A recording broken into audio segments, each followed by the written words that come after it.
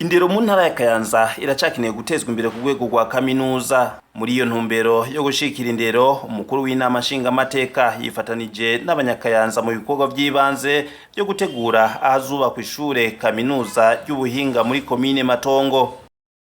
Tuje kugira ngo dutangure ibikorwa byo kugira ngo tuze twubake iyi kaminuza izoba ari Institut Supérieur Polytechnique de Kayanza. Iyi institut tuvuge yuko izoba ibaye iya mbere mu gihugu cyacu cy'u Burundi, na cyane iya mbere igiye mu ntara. Turavye ibisata bizoba birimwo ni bisata koko bihuye n'ivy'intara ya Kayanza ikeneye. Ivyo bisata navyo hakaba ari c'amahoteli, ico guhingura ubutare, ico gushongesha ivyuma, guhingura ibifungurwa, ikijanye no gufungura neza n'ic'ubuhinga bwo gufatanya ivyuma.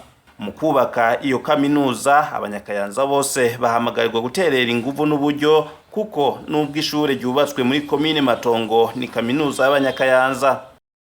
Iyi izoba ari kaminuza ya Kayanza, nitwe tuzoyubaka abanyakayanza bose, kubera ko iyi kaminuza izoba iri muri Matongo.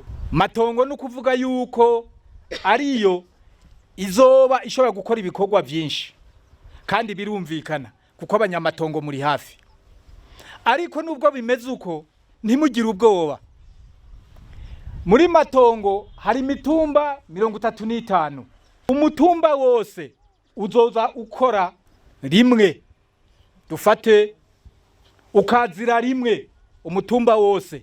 Umunsi ukurikira haza uwundi mutumba, umunsi ukurikira haza uwundi mutumba, umunsi ukurikira haza uwundi mutumba. Mu ntumbero yo kwitegurira abanyeshure baziga kuri iryo shure, abafise ubushobozi bwo kubaka basabwa kubaka mu kigwati ca Matongo kugira abanyeshure baza bayashikiremwo. Imvukira z'intara ya Kayanza batandukanye bari muri ivyo bikorwa, abafasha amajambo bose bashimye kuri ico gikorwa ciyumviriwe n'imvukira, baca batera intege abenegihugu babemerera ko bazofasha biboneka, kuko hari n'ibindi byinshi bimaze gukorwa muri iyo ntara. Iryo shure niryubakwa rizoba ari rya mbere riri ku rwego rwa kaminuza ryubatswe n'intara ya Kayanza.